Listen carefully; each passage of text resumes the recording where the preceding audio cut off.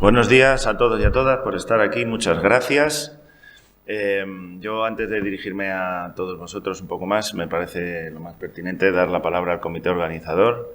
Alba y Alejandra, por favor. Buenos días. Nosotras somos Alejandra Escribano.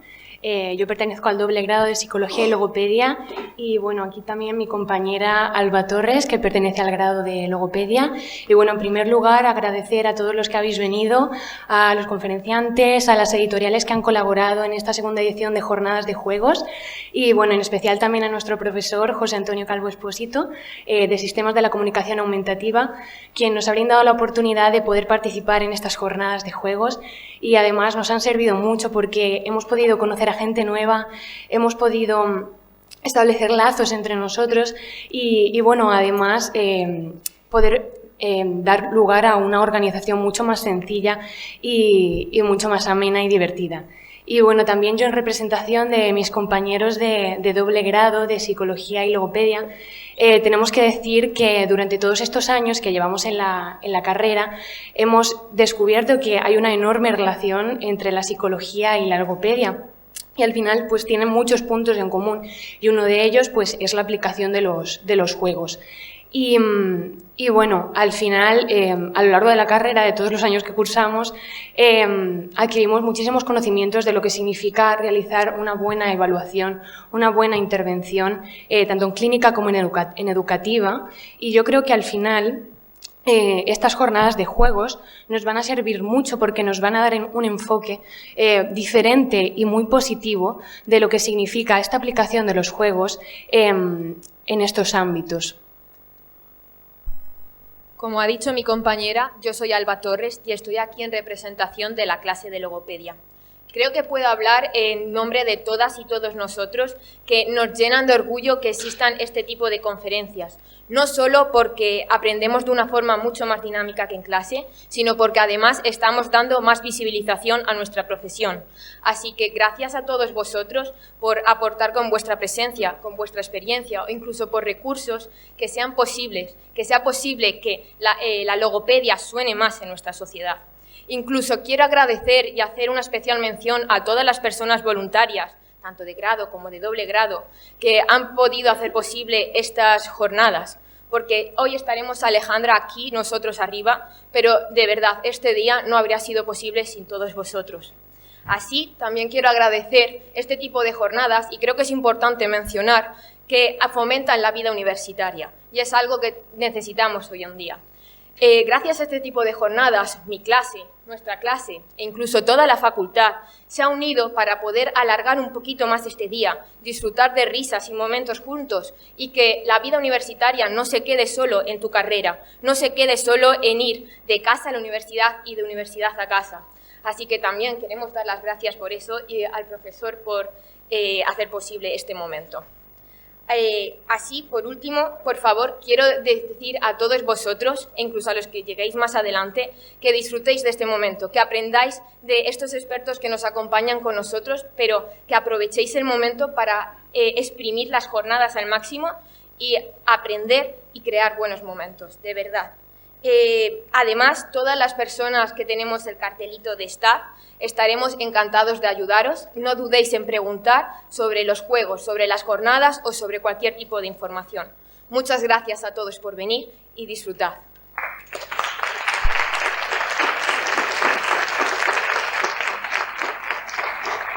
Bueno, pues yo voy a entreteneros poco para dar comienzo enseguida a las jornadas. También quiero agradecer, bueno, en primer lugar al profesor José Antonio Calvo, que es el organizador y el alma mater de estas jornadas del juego. También a nuestros invitados, a todos ellos, por haber aceptado venir aquí y expresaros su trabajo y la utilidad que tiene el juego. Yo creo que todos vais a salir de aquí con más conocimiento del que habíais entrado. Todos jugamos, pero a veces no sabemos aplicarlo en nuestras sesiones y muchos pueden pensar que es infantil, que eso no sirve, que somos una visión clínica tradicional muy pobre, ¿vale? Entonces vamos a aprender un montón de cosas que van a ser de utilidad para el futuro. Las editoriales también se han volcado, agradezco a las editoriales que han venido, que lo han intentado al menos, y yo creo que hay que apoyar el juego y en Logopedia pues hay que comprar materiales para que siga la investigación. para que siga el desarrollo, y si no compramos materiales, pues nadie los va a desarrollar. Esto es una cosa un poco políticamente incorrecta, pero yo creo que debemos ser conscientes de que si no invertimos en nuestra propia disciplina, pues nadie lo va a hacer. Así que ahí tenéis alguna oportunidad, algunas rebajas, y podemos seguir trabajando para que sea más ventajoso para todos.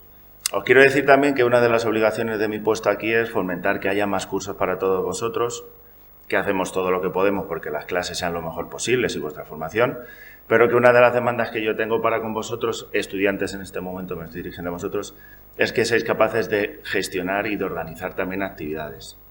En los últimos años el presupuesto de logopedia ha gastado 0 euros en propuesta de los estudiantes. Sin embargo, creo que estamos viviendo un momento de cambio y este puede ser también un trampolín que nos sirva para empezar a tomar dinámicas más activas en nuestra propia formación.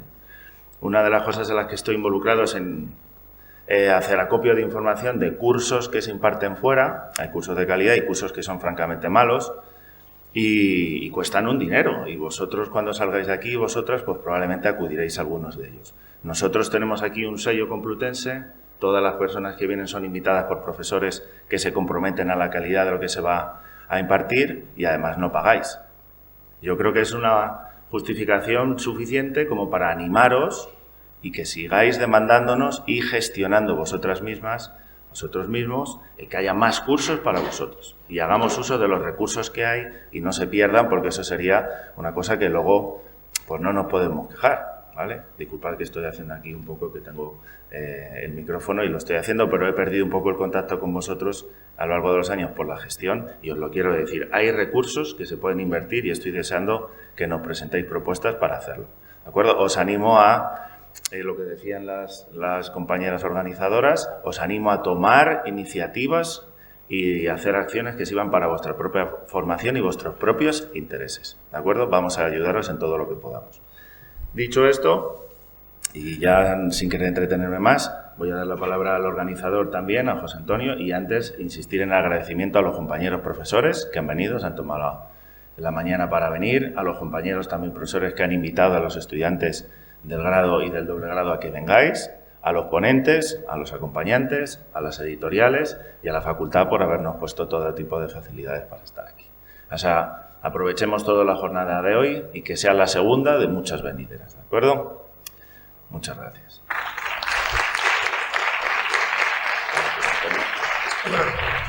Bueno, no hay nada más terrible cuando uno está deseando ya de escuchar las ponencias que alguien diga, voy a ser breve, porque entonces esto ya sí que se dilata, ¿no? Voy a intentar concretar una cuestión en una frase, que es que estoy tremendamente orgulloso de estar en la mesa en la que estoy.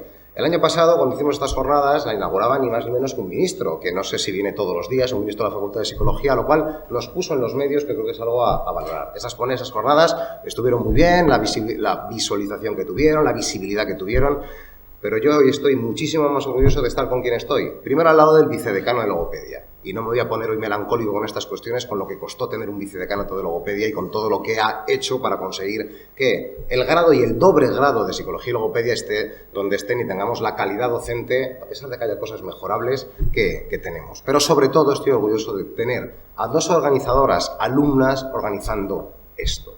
Porque ahora mismo tenemos una crítica de que los alumnos no hacen cosas, de que solo vienen, y este es el ejemplo de que las cosas se pueden hacer de otra manera. La universidad no puede ser un sitio en el que os contamos una serie de cuestiones en una clase magistral, sino un sitio vivo. Y es lo que estoy tremendamente orgulloso. Estas jornadas creo que son el ejemplo de cómo el alumnado se involucra. Lo único que tenemos que a veces es facilitar un poquito las cosas y dejarles que ellos sean los protagonistas. Dicho esto, y de hecho la idea de que estuvieran aquí es evidenciar esta cuestión, vamos a dar paso a las jornadas. Muchas gracias, Alba, muchas gracias, Alejandra, pero sobre todo muchas gracias a todos, no solo los que estáis como asistentes, sino como voluntarios, porque sois los que dais vida a la universidad. Sin el alumnado moviéndose en todos los sentidos, académico y no académico, la universidad no tiene sentido. El espíritu crítico, el espíritu reivindicativo también es algo que tiene que estar intrínseco a la universidad. Y a veces tenemos la sensación de que se pierde, y no solo por la pandemia, que es lo que a veces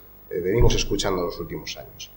Dicho esto, vamos a dar paso ya a las conferencias y empezamos con Paco Gómez, que Paco Gómez es un mago de los juegos de mesa, no solo de la oratoria, como ahora veréis, sino un auténtico entusiasta del diseño de juegos y con ese componente social que nos va a explicar ahora muchísimo mejor de lo que yo podría decir. Así que, Paco, muchísimas gracias a él y a todos los ponentes que vamos a tener hoy, que os iré presentando, y no te voy a robar más tiempo. Muchas gracias. Muchas gracias a vosotros y buenos días a todos.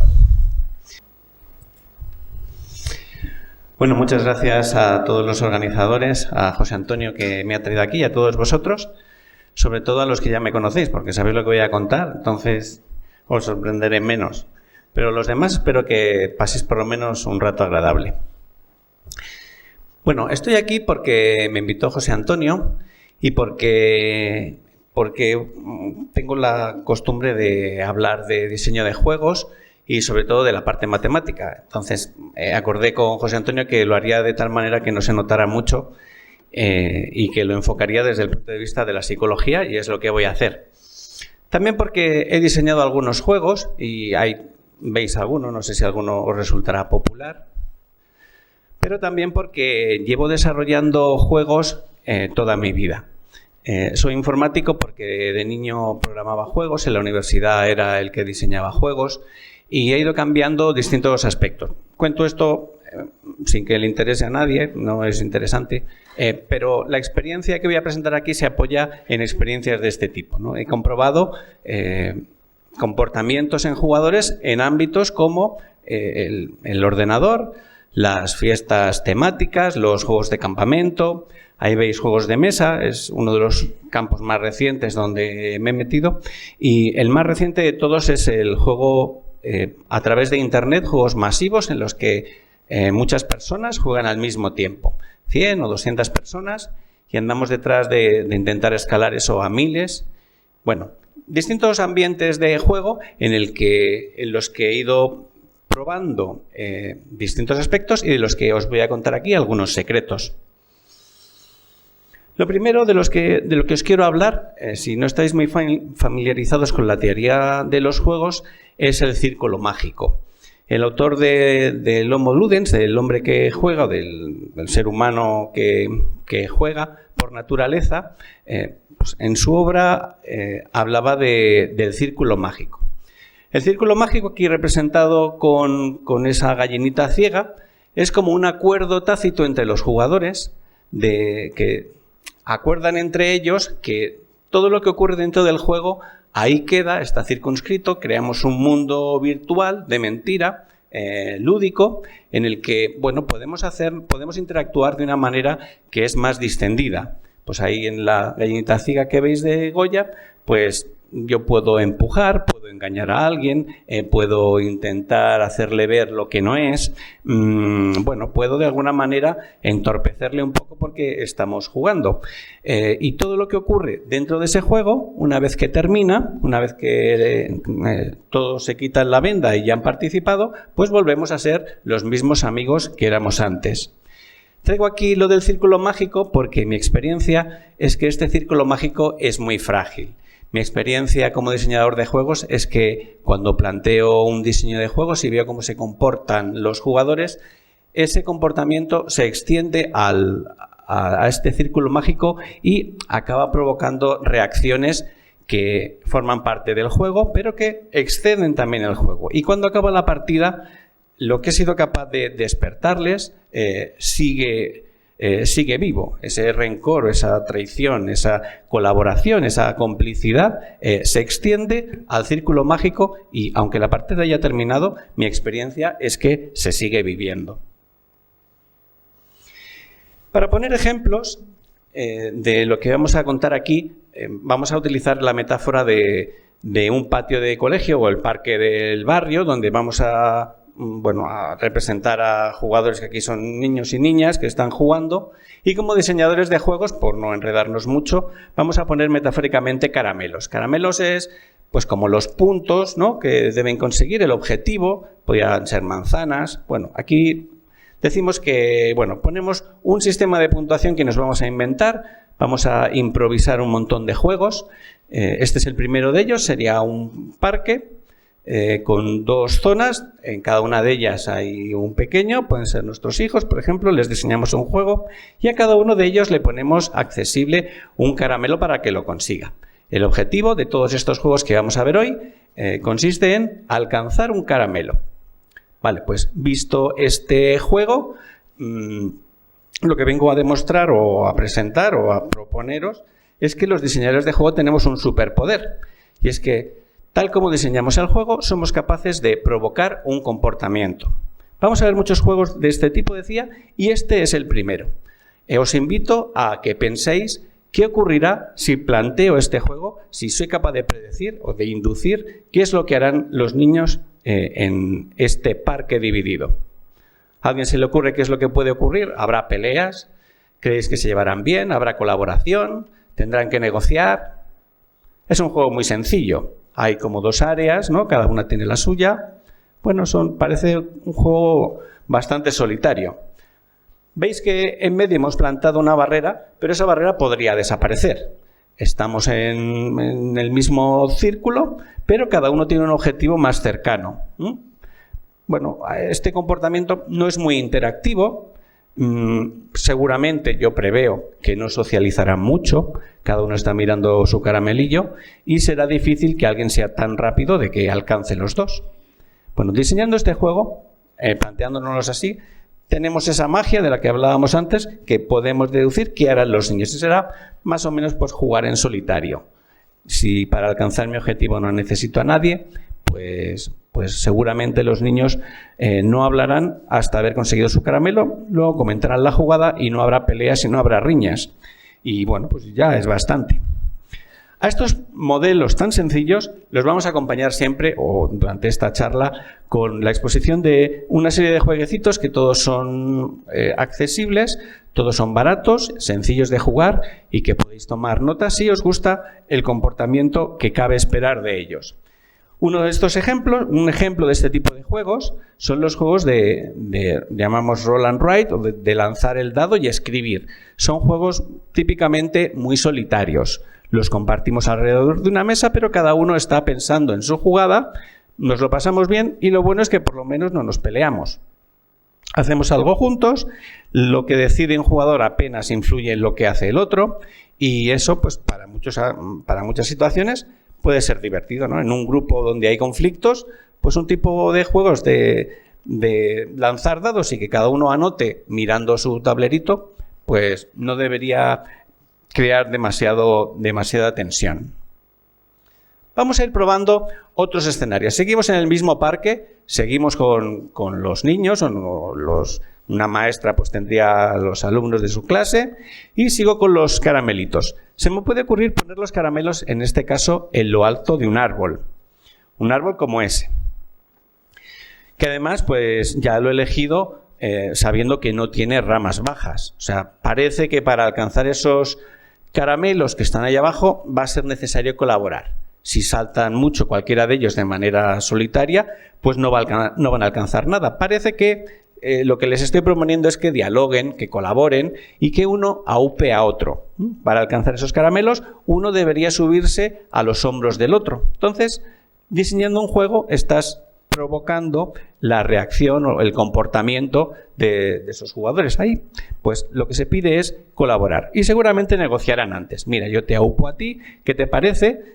Como yo soy más forzudo y me dan miedo las alturas, pues yo te aupo, como hay 2, pues cuando bajes, un caramelo para ti y otro para mí. Bien, pues ese tipo de comportamiento es el que emerge en juegos como el que aquí presentamos. Son juegos colaborativos.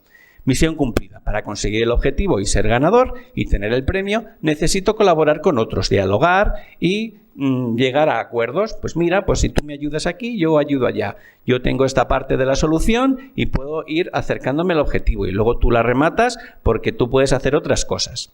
Juego muy amable, muy de familia, son juegos ideales para hacer equipo y hay muchos juegos de todas las categorías. Este es muy recomendable, muy chulo. Y bueno, pues otra vez que el diseñador de juegos pues ha provocado con su superpoder qué es lo que harán los jugadores. No siempre todo es color de rosa, colaboración y diálogo. Y no depende de los jugadores, sino de la bondad o maldad de quien diseña el juego. Decía que los diseñadores de juegos tenemos un superpoder, y es que podemos provocar el comportamiento que queramos. O cuando ya tienes cierta experiencia, tú pones los caramelos en un sitio y ya sabes si va a haber peleas, si vas a tener que prepararte para, bueno, pues para darles la lección que tú tenías prevista. Aquí vemos a dos jugadores cada uno en un extremo y justo en el medio un caramelo y solo uno. Este tipo de juegos es un juego de suma cero. O sea, si yo quiero conseguir el caramelo, tiene que ser a costa tuya. Y si tú quieres el tuyo, va a ser a costa mía. Si veis ese juego y lo intentáis poner en práctica, la previsión os dirá que convendrá disponer de cascos y de cautela para que los jugadores no choquen con sus cabezas. Este juego está hecho un poco a mala fe. Bueno, a mala fe, es un juego muy competitivo. Aquí no hay nada que negociar por cómo está planteado el juego. Bien, es un juego muy competitivo y de suma cero.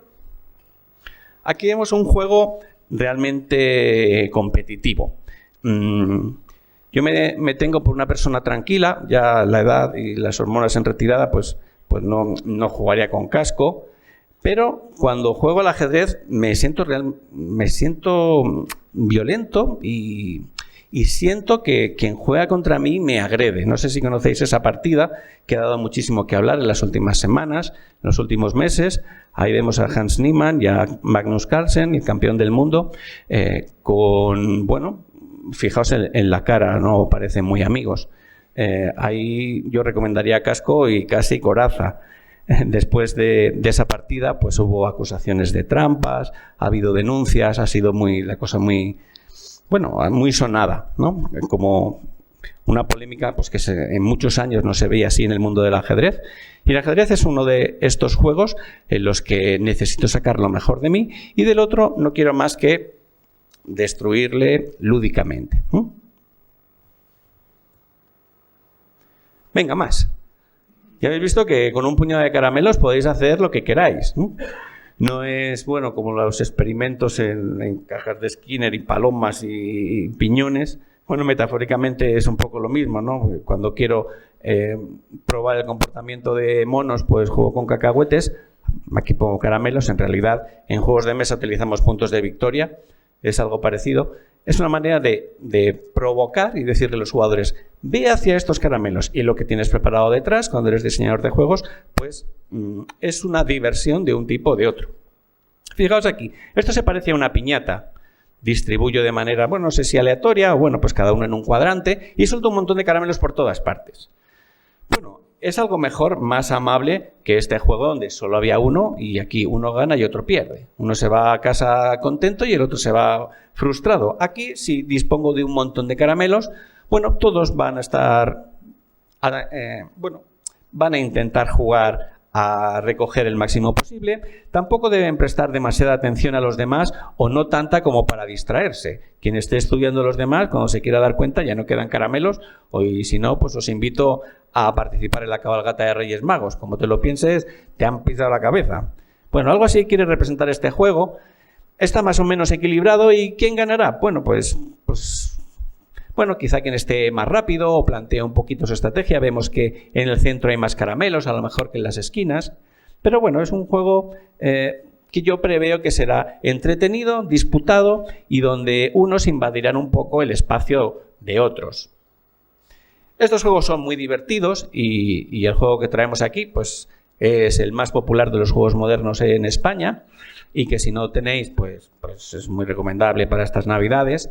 Y ahí lo veis donde, todo el mundo va haciendo cosas y, nos molestamos un poco. Hay mucha interacción, hay caramelos que están en mi zona y en tu zona y, son atractivos en muchas partes y todos, intentamos mejorar y un poco quitarle los caramelos de la zona del otro. ¿Juego? Muy recomendable. Todo esto os lo estoy contando para que veáis un poco el superpoder o la maldad que tenemos los diseñadores de juegos. Cuando tú vas al patio y le cuentas a tu pareja, mira, tengo unos caramelos, se me ha ocurrido algo. esa pareja debería decirte, a ver dónde pones los caramelos, porque puedes provocar peleas, puedes provocar enfados, puedes provocar negociación, colaboración, cautela, puedes provocar un montón de cosas. Fijaos lo que se puede provocar aquí. ¿Qué os imagináis que puede ocurrir aquí? Aquí va a haber llantos, va a haber tortas, a papá le van a dar patadas, ¿no? Es tremendamente injusto el juego que aquí se plantea. Es un juego que pone la mayoría del atractivo muy cerca de una jugadora y de los demás no. Unos tienen más posibilidades y otros tienen menos. ¿Esto es un buen juego? Bueno, parece que hay como un consenso donde cuando nos sentamos a jugar todos debemos tener las mismas oportunidades de ganar, por lo menos en juegos que no sean físicos. Si jugamos al baloncesto y alguien es muy alto, pues a lo mejor tiene más posibilidades de ganar, pero cuando uno se sienta en una mesa, pues normalmente se dice, bueno, pues tú tienes 4 cartas, tú 4 y tú 4, y todos tenemos las mismas oportunidades de ganar. Pero no siempre es así. Para esto a lo mejor conocéis este experimento del que yo he oído hablar a Frans de Waal, que es un primatólogo, y presenta este experimento con monos capuchinos súper chulos, y si no lo conocéis, pues esta tarde os animo a que lo veáis, porque de lo que trata este experimento es de ser injusto. Aquí vemos a un mono capuchino a la izquierda, donde se le pide un trabajo tan sencillo como dar una ficha y él te la tiene que devolver, y como premio, pues en vez de caramelos, se le da un trozo de pepino. Y el mono, pues considera que es un juego pues que le va bien, devuelve una ficha, tampoco le hacen trabajar mucho y consigue un trozo de pepino. El tema es que al otro lado de la jaula y en un área visible por todos, pues al otro mono, por el mismo trabajo de devolver una ficha, se le entrega una uva.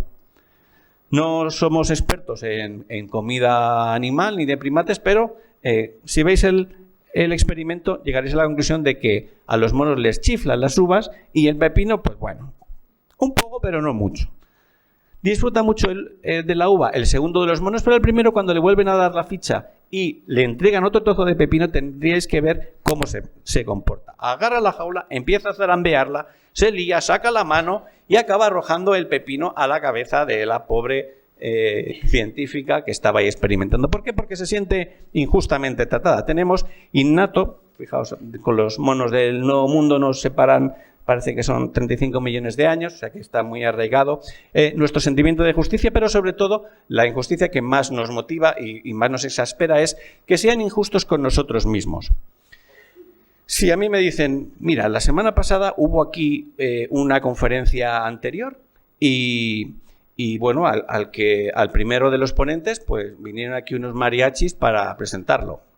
Entonces, bueno, si hay injusticias dentro de la jornada de la semana pasada, pues me puede importar más o menos. Pero si yo veo que cuando salga Ruth suenan los fuegos artificiales, además de la alfombra roja y agua, pues le sirven cerveza, pues me voy a cabrear como un mono. ¿Por qué? Porque han sido injustos conmigo. Tenemos ese sentimiento porque, como animales sociales, en nuestro grupo, lo que nos importa es que nuestro estatus relativo con los demás, pues no quede disminuido. Tener un bajo estatus dentro de un grupo, estudiando a nuestra naturaleza en el Paleolítico, pues supone que cuando llegue poca comida, si tengo poco estatus, a lo mejor a mí no me llega, ¿no? Bueno, pues todo esto estábamos hablando de que si planteamos un juego que es muy injusto, pues ¿cómo acabará esto? Pues no acabará bien.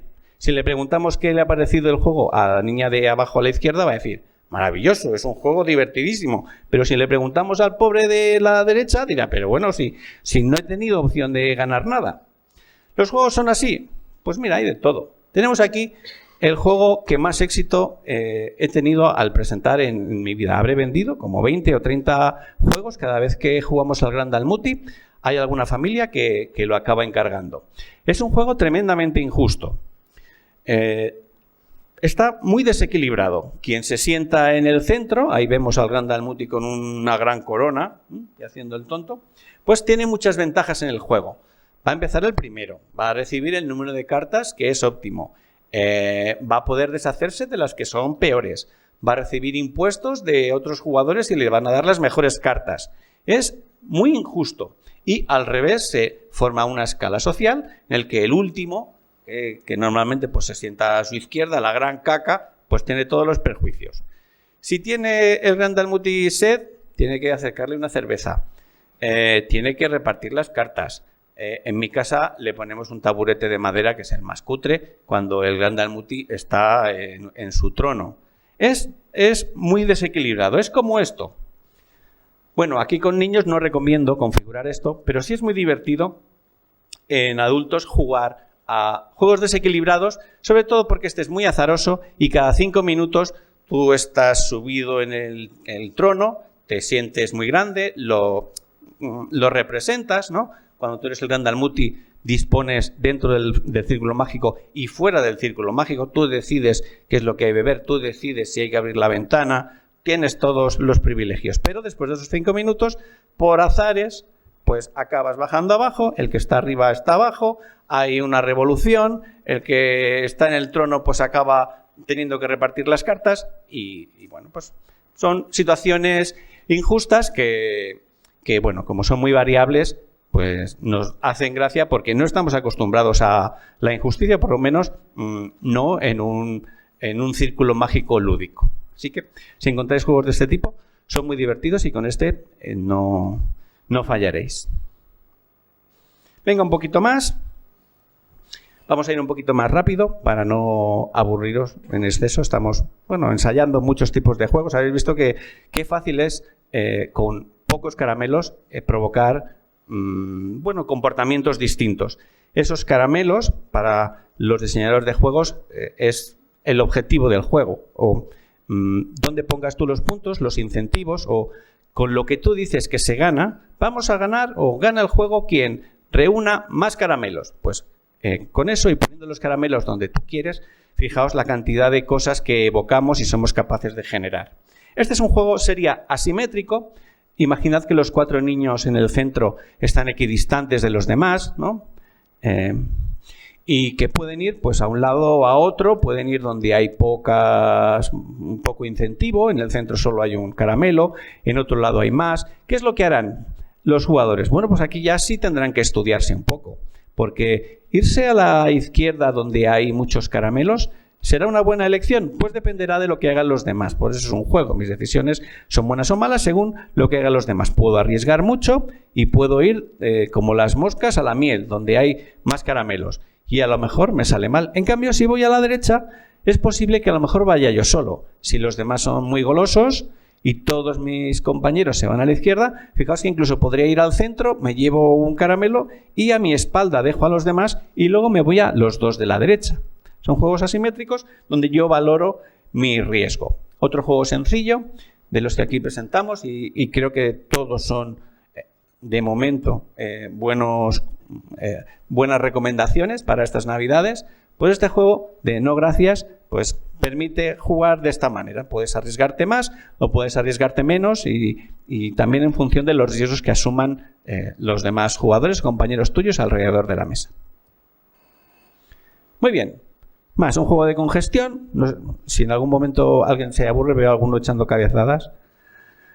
Bueno, otro ejemplo. Vemos aquí, además, si eres diseñador de juegos y además te gustan las matemáticas, ya eres un peligro público. Habría que vigilarte y ponerte un guardia, ¿no? Aquí vemos que los caramelos están dispuestos en 2 áreas, derecha e izquierda, y en el centro tenemos un número impar de jugadores. Aquí pinta que los jugadores más rápidos quizás se queden con la mayoría de los caramelos. ¿Y dónde conviene correr? ¿No? Si estuvierais ahí, ¿qué es lo que haríais? ¿Será bueno ir a la derecha o ir a la izquierda? ¿Qué creéis que será mejor? Bueno, pues como es un juego, y a los que nos gustan los juegos donde las decisiones de todos son importantes, pues ganará aquel jugador que sea capaz de evitar estar con los demás. Estos juegos, en teoría de juegos, se llaman juegos de congestión. O sea, si yo soy capaz de ir a un lugar distinto a donde van los demás, si hay alguien que va a su derecha y hay 2 que van a la izquierda, pues seguramente ganará el que evite estar con los demás. Esta es la idea de... Bueno, hasta ahora los juegos eran todas recomendaciones, a partir de ahora pues es publicidad de mis juegos, que bueno... No son los mejores, pero bueno, tampoco son los peores, creo, por lo menos. A mí me gustan y así me lo dicen en mi familia. Este es un juego de congestión y es un juego de evitar atascos.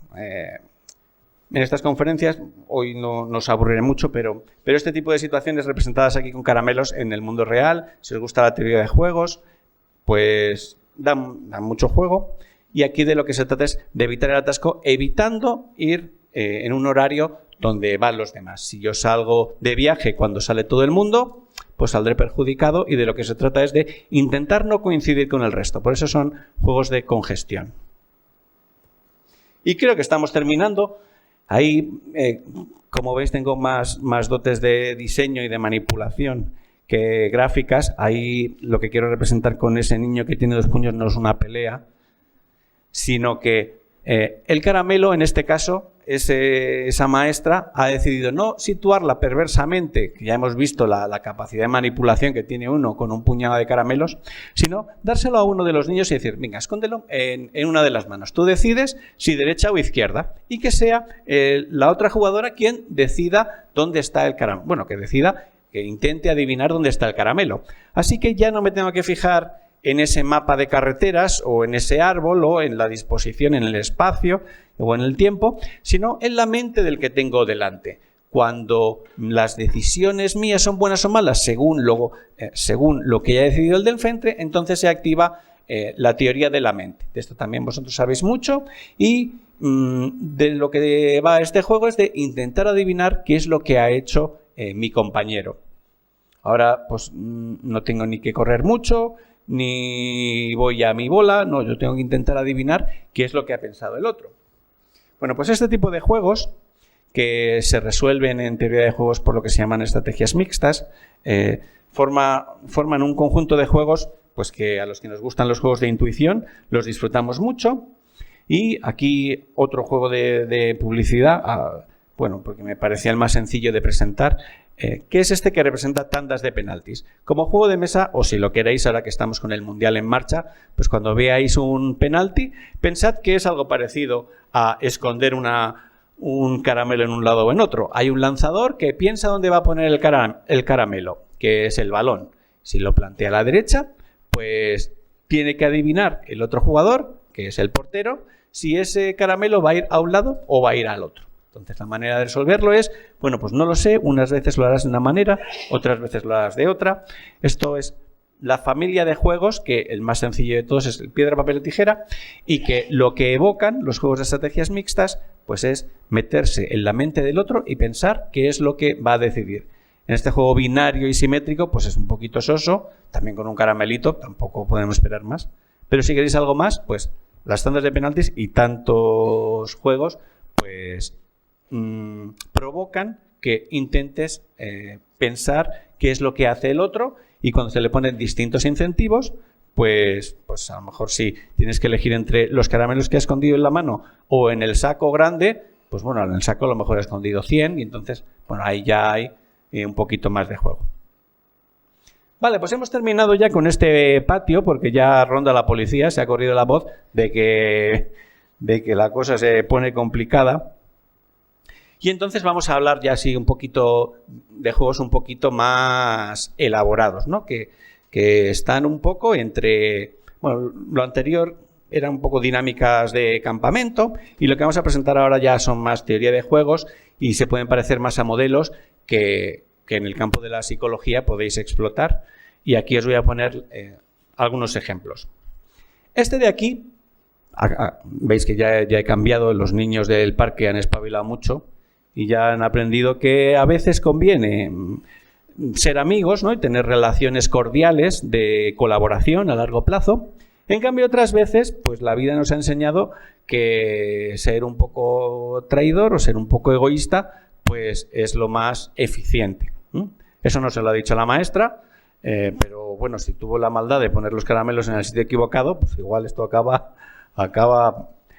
muy mal. Lo que representa esta imagen es el dilema del prisionero. El dilema del prisionero, por lo menos repetido, en este caso repetido. ¿Por qué? Porque en este dilema lo que plantea es una tensión entre el beneficio inmediato egoísta, aquí está representado con el puñal, si alguien hace una faena en un momento dado, si yo ahora, pues cuando salga al último que me encuentre, le doy un empujón, le quito la cartera y me voy corriendo, pues tendría un objetivo inmediato. De hecho, os voy a proponer. ¿Queréis tener mañana un día maravilloso? Os voy a proponer un plan. Cuando salgáis del portal de vuestra casa, pues cuando os crucéis con el vecino buenorro, que siempre habéis tenido ganas, bueno, de acercaros a él, pues le dais un buen beso y os vais corriendo, claro. Cuando lleguéis a la calle, corriendo a coger un taxi, el mejor. Si pasa un Mercedes, pues, os montáis en el taxi y os vais. Ahora, cuando termine, cuando lleguéis a la carrera, le paráis en un atasco y os bajáis y no pagáis. Y os vais y ya empieza la cosa bien. Como hay un atasco, no os puede perseguir. Llegáis hasta la oficina. ¿Y qué hacéis? Pues vais directamente al despacho del director. Si os había dicho, ¿no?, va a ser el mejor día de vuestra vida. ¿Cómo es que vas a la oficina? Pues vas a cantarle las 40 al director, ¿no? Le enseñas el culo, le dices lo que piensas de él y así vas una con otra todo el día. Va a ser el mejor día de tu vida. Ahora, al día siguiente va a ser el peor. Cuando llegas a casa, pues el vecino te ha roto los cristales. Te está esperando la policía por todo lo que has liado. Te llama el director y dice, ¿puede usted recoger el finiquito? O sea, lo que contrasta en el dilema del prisionero es una tentación egoísta de hacer algo inmediato y que me da el beneficio ahora, o mantener una relación cordial a largo plazo donde el beneficio no es tan inmediato. Si yo soy una buena persona, mañana no será el mejor día de mi vida, pero al siguiente tampoco sufriré todos los castigos. Cuando se contrapone este interés inmediato a un beneficio a largo plazo basado en la colaboración y en controlar la tentación de traición, pues se evoca este dilema del prisionero, ¿no? Las personas sociales que tienen perspectiva a largo plazo y establecen buenas relaciones y alianzas acaban consiguiendo pues beneficios a largo plazo. No tienen un gran día que llevar al cine, pero dormirán más tranquilos y gozarán a la larga al final de una vida mejor. Por eso pues, recomendamos a nuestros hijos pues, que sean más cordiales que traidores. ¿En juegos de mesa esto se da? Pues se da y de manera terrible. Este tipo de juegos, aquí no sé si veo la edad del juego, pero a partir de 18 años me parece incluso poco. Yo pondría estos juegos a partir de 40 o 50. Los juegos del dilema del prisionero repetido, y este es el más sencillo de los que conozco, el juego se llama Intriga y es el único que es difícil de acceder a él. Es un juego de los años 90, pero es el más sencillo que presenta este dilema del prisionero repetido porque constantemente te está obligando a traicionar. No es que tengas la tentación y puedas elegirlo, sino que constantemente te plantea si quieres más a papá o a mamá. Eso cuando éramos niños, pues vimos que era una pregunta trampa, pero que tiene solución. Y era decir, no, os quiero a los dos por igual. Y cuando haces eso, todo el mundo te aplaude y te abraza y dice, he encontrado la solución a este juego. Intriga no te permite eso. Constantemente te está provocando y te está obligando a decidir. ¿A quién quieres? ¿A papá o a mamá? Si en este turno dices que quieres más a mamá, papá se va a enfadar. Al turno siguiente te lo plantea y si eliges a papá, mamá se va a enfadar. En este juego estás debiendo favores constantemente y estás obligado a cortarle la cabeza a la mitad de los mensajeros que te llegan. Es un juego que siempre acaba mal. Decía que es un juego muy antiguo, de los que no vais a encontrar en las tiendas, pero lo traigo aquí porque quiero vender mi copia. En mi casa está prohibido. Este juego lo jugamos un par de veces y casi acabamos a tortas. Mis hijos, cada vez que se acercan a la librería, a la ludoteca, y eligen juego, cada vez que se acercan a esto me pongo a temblar. Por eso estoy deseando deshacerme de él, lo traigo en la mochila y si alguien quiere, pues casi se lo regalo. Son los juegos que llaman de perder amigos. Estos juegos eran muy populares cuando yo era joven, hace mucho tiempo. Y entre gente joven, con las hormonas pues en efervescencia, pues todos conocemos casos de pandillas de amigos que se han deshecho y gente que no se habla por juegos que plantean los caramelos entre las costillas de los rivales. Y te dicen, el premio está aquí, tienes aquí esta daga, y los caramelos están en la espalda del rival, pues la cosa acaba mal. Hemos visto que el poder que tenemos los diseñadores de juegos es incitar con nuestros caramelos, o sea, los premios que tú pones en el juego para que los jugadores vayan a por él. Y esa inducción de ese comportamiento, tú lo provocas y depende de lo que tú hagas, pues eso puede acabar bien o acaba mal. Los juegos de perder amigos, hay una familia muy grande, el Diplomacia, el República de Roma, o sea, son juegos que de verdad no os los recomiendo para vuestras cenas de Navidad. Si sacáis esto en Nochebuena, será la última cena. Acabaréis a tortas y tirándoos de los pelos. Es un juego maravilloso para analizar, pero es muy, muy delicado. No sé por qué eran tan populares hace 20 o 30 años. Por eso decía, y creedme que ese juego yo lo recomendaría a partir de 40 o 50 años, después de que ya te han traicionado mucho, y con los amigos que te queden, pues puedes jugar a estos juegos con mucha cautela. Y por último, creo que no me excedo mucho, voy a intentar terminar a las 11. El último de los juegos que hemos representado colectivamente en en la última familia de juegos que decía que diseñaba, que son los juegos masivos. En este participaron 200 personas. Quien vemos ahí es una amiga mía, es Aida Márquez, una mujer encantadora que tiene 1000 virtudes. Pues si no tuviera pocas, pues representa o teatraliza también estos juegos masivos. Representa una diosa que le pide a sus jugadores pues un par de cosas. Le pone unos caramelos dentro de un barco y dice, vais a competir en 2 barcos de 100 y 100 personas en la partida masiva. Y el martes estuve en otra universidad dando un taller de trabajo en equipo y pusimos a 20 chavales y otros 20 en 2 barcos y se les pone ese incentivo. Si queréis ganar una serie de premios, os damos una puntuación al barco que sea capaz de colaborar más entre sí y tener a los remeros más esforzados. Vais a tener la necesidad de colaborar porque el barco más lento no ganará y el barco que tenga jugadores muy generosos en el esfuerzo, pues muchos remeros esforzándose mucho harán que su nave avance muy rápido. Pero adicionalmente, porque los diseñadores pues ya veis que tenemos el colmillo retorcido y ya pues cuando hemos pasado por todo tipo de juegos ya sabemos cómo provocar un poco esto, creamos la tensión con un interés egoísta.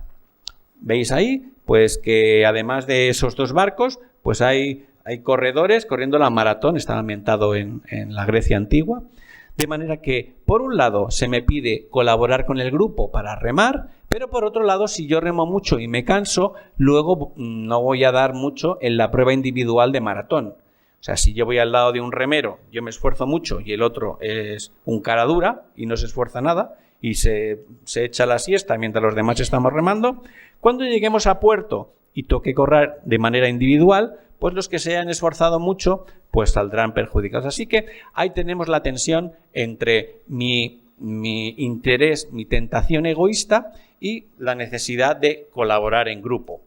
Eso en los modelos en los que nos basamos, o sea que aparte de tener el colmillo retorcido, no sé si es una advertencia, ya me he pasado, ¿no? Vale.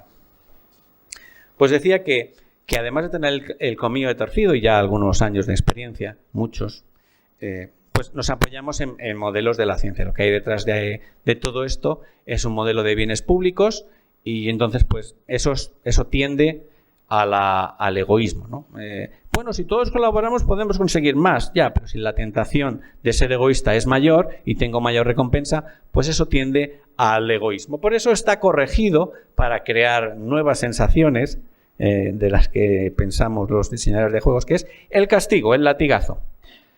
Para corregir a los caraduras, el juego permite dar latigazos a aquellos compañeros que sean unos traidores, que vayan con el cuchillo o que sin más sean poco colaboradores. Bueno, más o menos decíamos que la gente puede remar mucho o poco, pero luego se les permite aplicar castigos altruistas, que se llaman, ¿no? De manera que a aquellos que se esfuercen muy poco les puedan caer muchos latigazos en la espalda. Hay que tener cuidado, sobre todo con mis propios compañeros. ¿Quién me va a dar latigazos? ¿Quién me va a dar codazos? ¿El grupo rival? No, en el otro barco que yo veo por allí y va muy rápido y nos está ganando la partida, pues lo que veo es que me pide un nivel de eficacia que debo ser capaz de contrarrestar como grupo. Y dentro de mi grupo yo puedo esforzarme y obligar a los demás, o sea, estamos preparados para tener respuestas de colaboración dentro del grupo. Y los sistemas de moralidad, además de otros, lo que fuerzan es la colaboración. Tenemos una moralidad que es: nosotros somos mejores, somos remeros, tenemos que ganar, somos un equipo y aquí el que no participe le damos con el remo en la cabeza. Y así, bueno, ponemos los caramelos de distinta manera, aquí, bueno, ponemos numeritos y tal, pero al final induces qué es lo que hace la gente. Bueno, este texto está aquí colado, pero por lo menos comento esto de aquí, que es cómo se resume la dinámica que se provoca con esto que os he contado. Lo que veis ahí es un eje de un esquema, un flujo de doble eje, donde se antepone, veis, pues el egoísmo, la tentación egoísta de no colaborar nada o la colaboración extrema, y otro eje cruzado donde se tiene un mayor control de los que se escaquean o se es muy tolerante y no se dice nada a quien no colabora. Entonces ahí el juego plantea distintas dinámicas. Así, pues puede ocurrir en el esquema de arriba que en un marco de equipo donde cualquier error, cualquier falta de colaboración se castiga, ahí se ve con un látigo, pero puede ser pues con una colleja, con una reprimenda, con un castigo. En el caso de nuestro en juegos, pues restando puntos. El martes que estábamos en este taller de trabajo en equipo, pues les quitábamos judías, adaptamos todo esto para que pudieran jugar de manera presencial. Pues decía que cuando la presión social que planteas en este juego, en este círculo mágico, pues es alta y los castigos por no colaborar son muy altos, ¿no? Pues si no recoges la habitación, este fin de semana no juegas con tus amigos, no juegas con la videoconsola. Bueno, cuando no colaboras y el precio que pagas por no colaborar es muy alto, pues vamos arriba a la derecha a ese cuadrante del castigo. ¿Qué pasa cuando ese castigo se apacigua, ¿no? Pues lo que ocurre es que solo si el equipo está motivado, pues las cosas se pueden mantener en un grado de eficacia. Pero en el momento en que se baja el castigo, pues puede ocurrir la tentación egoísta. Pues no hago la cama y si papá y mamá pues no me dicen nada, pues yo estiro de la cuerda y podríamos acabar en un esquema pasota. Así, pues vimos dinámicas distintas en este taller y los jugadores pues vimos que el equipo que iba ganando pues poco a poco se fue relajando, no tuvo muy presente esas medidas de coacción o de freno a los egoístas y se fue relajando de manera que el equipo rival, que estaba muy motivado, pues acabó venciendo en la prueba altruista y acabaron llevándose el gato al agua. Bueno, no sé si os he convencido con la tesis que traía aquí, y era que los diseñadores tenemos un superpoder y que cuando tú diseñas un juego, pues eres capaz de provocar en los jugadores lo que quieres. Si tú quieres, los jugadores se aman, se alían, forman pandillas, se pelean o acaban pues generando distintas dinámicas. A veces pues ni se hablan, otras veces se miran a cara de perro, y ese es el poder que tenemos los diseñadores. Ahora mismo algunos de los que están aquí no saben que en la próxima partida masiva serán cómplices de una masacre, pero pues es la ventaja que tenemos los diseñadores de juegos. Y la ventaja que tenéis vosotros, si no diseñáis juegos, es que si conocéis los juegos que ya están diseñados, y de algunos os he dado algunas pistas, es que podéis trasladar lo que ha pensado ese diseñador a la mesa de juego, de manera que psicólogas pues que tengan su mesa de trabajo con pacientes o con personas a las que quieran ayudar, pues según la gama de conductas que tienen en su estantería, pueden provocar en la mesa aquello que están buscando. Si quieren colaboración, pues tienen herramientas para colaborar. Si quieren negociación, tal. Si quieren que aquello acabe como una revolución, pues también tenemos herramientas. Y bueno, esa es mi experiencia, es la que quería compartir con vosotros y que veáis el juego de mesa y el diseño de juegos de mesa como algo más que un divertimento porque esconden un superpoder. Si vais a un parque infantil y os lleváis un puñado de caramelos, pues podéis experimentar, pero tened mucho cuidado porque los caramelos los carga el diablo. Es todo lo que os quería contar y espero haberos despertado a los que llegáis un poquito más dormidos. Muchas gracias. Gracias, José Antonio. Si os parece bien, un turno de preguntas, que también tiene alguna, mientras que vamos levantándose. Bueno, les pago agradecerte, por supuesto, la ponencia. Creo que además no sé si se me escucha o se me escucha más o menos. ¿Al fondo me escucháis? Yo creo que has compaginado muy bien, has sabido enlazar muchas de las cuestiones que veis, sobre todo en psicología. La logopedia también en parte, sobre todo en psicología, sobre psicología social, dilema del prisionero, dilema del dictador, dilema todos estos dilemas sociales aplicados a juego de mesa, teoría de la mente, por otra parte. Tenéis muchos de los investigadores que han replicado varios de estos estudios, que los tenéis por aquí por los pasillos, y a veces no somos muy conscientes de esto. Y Diana Enesco, hace comentaba el vicedecano, ha hecho una reproducción del estudio de los macacos, me parece que son los que se cabrean con el pepino, con el tal, que son, seguro que ese vídeo lo habéis visto, y que queda muy simpático. Bueno, pues Diana Enesco ha hecho este mismo estudio. Y Colmenares, que es primatólogo, que lleva años investigando esto, vais a poder encontrar muchas de estas cuestiones, por citar algunos de los que tenemos en esta casa, la Facultad de Psicología. ¿Preguntas? Bueno, espero que no os marchéis todos, que las próximas ponencias son más interesantes.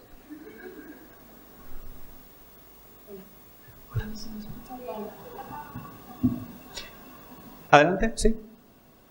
Mi pregunta es si existen que combinan varias de estas dinámicas, porque al final la conducta humana es muy compleja y a lo mejor no está diseñado para que la manera, pero terminan abriendo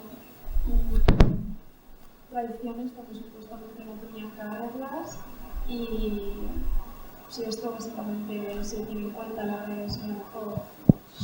Efectivamente, lo más habitual, aquí he traído modelos muy sencillos. Primero porque son juegos más accesibles y quizá más dirigidos a buscar una conducta concreta. Pero sí, lo más habitual, sobre todo pues en juegos un poquito más elaborados, que requieren un poco más de aprendizaje de las reglas y plantear, antes de empezar a jugar, pues un modelo un poquito más complejo, sí combinan varios de estos elementos. También hay que decir que lo que tenemos enfrente de nosotros es una persona muy compleja y que aunque tú le presentes un caramelo, habéis visto que un caramelo se puede liar la de Dios.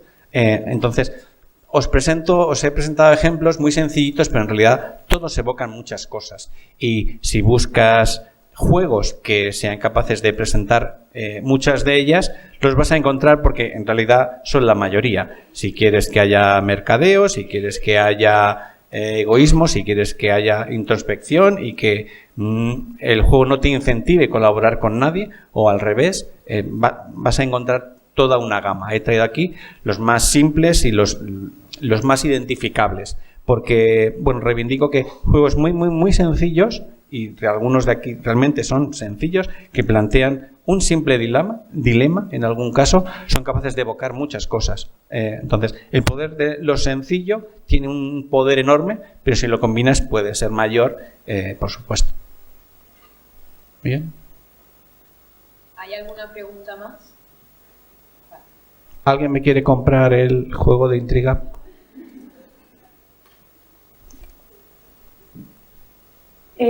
Preguntamos si podrías explicar el juego del virus, porque no nos hemos quedado con el tipo de juego que era.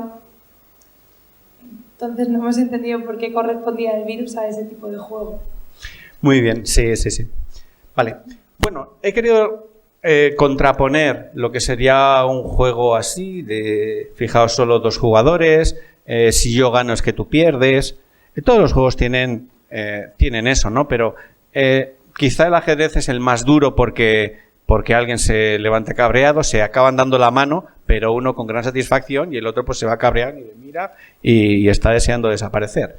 Aquí en el virus, bueno, todo el mundo está ganando, todo el mundo participa, todo el mundo hace trastadas y todos interaccionan un poco con todos. Tienes bastante libertad, además el juego está bien diseñado para intentar compensar, ¿no? El que va ganando pues le haga una pequeña faena, pero luego el otro me la hace a mí. Además está montado de tal manera que no siempre fastidio a papá, que es al que le tengo manía, porque, bueno, el virus que yo tengo ahora es azul en vez de rojo y entonces, pues en vez de fastidiar aquí, fastidio allá y hay como bastante revuelo. O sea, planteaba que tiene alguna similitud con una piñata donde hay muchos atractivos en muchas partes y entonces yo no estoy solo golpeando al que tengo enfrente, sino todos estamos enredando, todos estamos recopilando caramelos y hay un momento en que alguien dice, yo he conseguido alguno más. Bueno, pues has ganado, te felicitamos, pero todos hemos estado construyendo, todos estamos metiendo el saco y bueno, pues alguien se va con 10 caramelos a casa después de la cabalgata de Reyes y otro se va con 5, pero todo el mundo participa y bueno, es un juego muy atractivo. Yo sospecho que en algo parecido a esto, o sea, que en el patio de un colegio, o sea, parece ya que vemos a una maestra con un puñado de caramelos y ya estamos sospechando que hay que tener cuidado con ella. Pero bueno, es una metáfora. Si sueltas muchos caramelos o muchos incentivos en muchos lugares, pues lo que provoca es mucha diversión, mucho jaleo, mucho caos y al final, bueno, pues alguien recogerá más que los demás, pero todo el mundo se lo pasa bien. ¿Alguien tiene alguna pregunta más?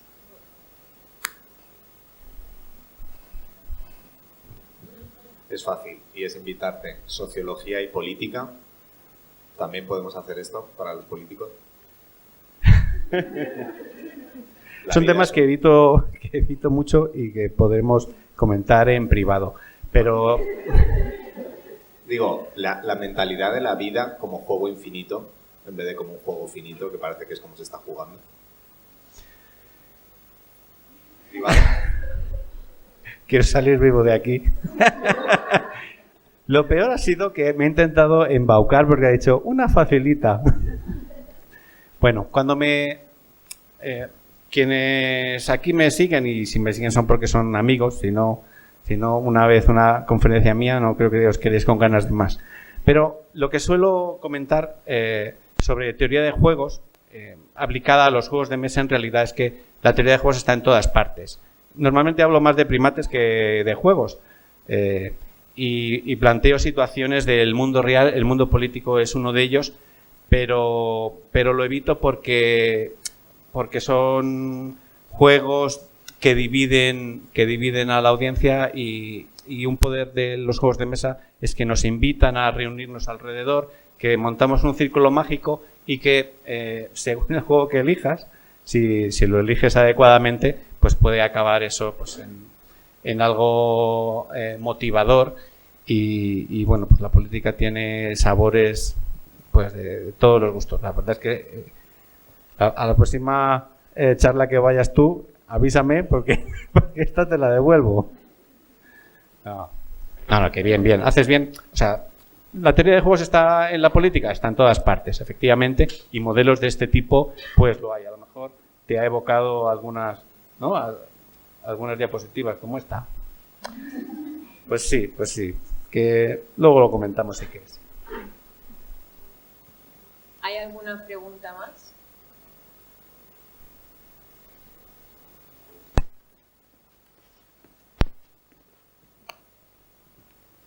Hola, buenos días. Buenos Muchas días. gracias por la exposición. Me ha faltado un poquito el dato de, salvo en uno de los juegos que has mencionado, la edad de cada uno de ellos. No sé si podrías dar ese dato. Pues no soy experto en esto, porque ya supero normalmente la edad recomendada. En general son todos sencillitos, son populares, están todos a la venta, algunos en venta privada. Y y la edad normalmente es baja. No soy el que más sabe de estas cosas. Aquí tenemos dos expertas en 1000 aspectos del juego y la edad, entre otros, que son pues Ruth, a quien tenemos la suerte de disfrutar dentro de un ratito, y Julia Iriarte, y de eso saben mucho. Cada uno tiene una edad recomendada si los buscas, y luego si algunos te han llamado la atención, me siento a tu lado, buscamos el dato y bueno, en general son bajitos, salvo el que es para mayores de 50 años. Y si os parece bien, en algún descanso, quien tenga interés, pues hablamos de lo que queráis y no le robamos más tiempo a los siguientes ponentes, que tienen de verdad cosas más interesantes que contar que yo. Muchas gracias.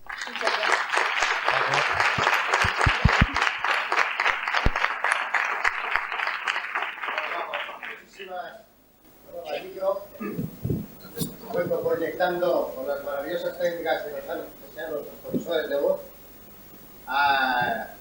Paco, muchas gracias por la ponencia, por la conferencia, por asociar toda la cuestión de psicología social con el diseño de juegos de mesa y la creación de experiencias lúdicas. Esta conferencia ha estado un poco más ligada, como habéis visto, a cómo los juegos se pueden aplicar. No se me oye bien.